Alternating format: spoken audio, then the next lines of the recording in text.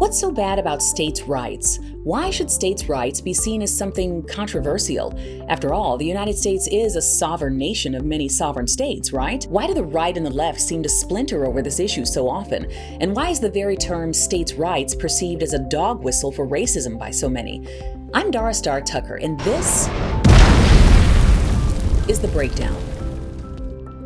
There are two primary constitutional rights that are referenced in arguments around states' rights. The 10th Amendment, which basically says that if the Constitution doesn't specifically grant a power to the federal government, that power then defaults to the state. But there's also something called the Supremacy Clause, which says that the federal government is the supreme law of the land. That means that if a state law is found to be in violation of a federal law, the state law is deemed unconstitutional. And if you think the Constitution can appear to be self-contradictory in this way, you're not wrong.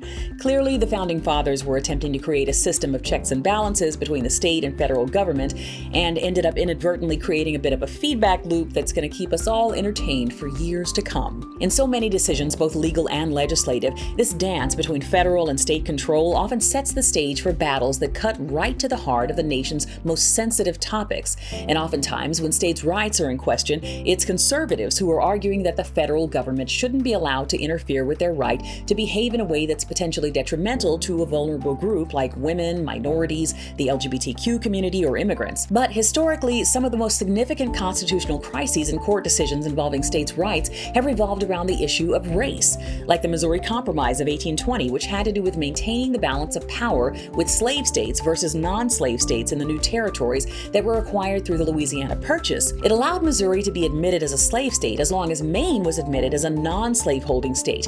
It also outlawed slavery in the new territories above the latitude line 3630. Then there was the Kansas-Nebraska Act of 1854, which basically turned the Missouri Compromise on its ear by saying that individual states should be able to decide whether or not they wanted to allow slavery. It pretty much paved the way for the Civil War.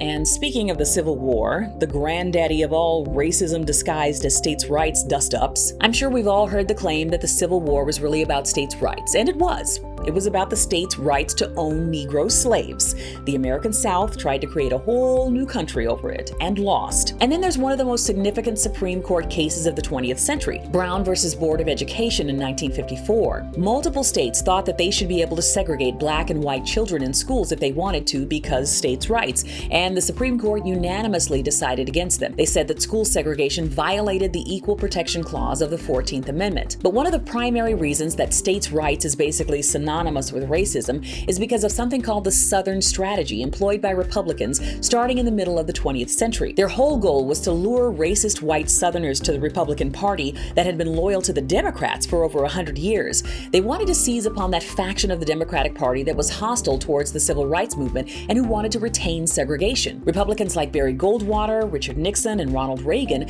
figured out that to appeal to this powerful voting bloc, they would have to tread pretty lightly. They couldn't use explicitly racist language, so they used coded language instead. States' rights was one of the mainstays of this new Southern strategy. When they evoked this term, it was understood that they were referring to keeping the government out of decisions around segregationist policies of the South. So to answer the question, what's so bad about states' rights? Well, in theory, nothing. At least that's how it should be. But over time, states' rights has become synonymous with racism because historically, that's exactly how it's been used. My next tour stop will be on Monday, the 11th of September in New York. Visit the link in my bio for details.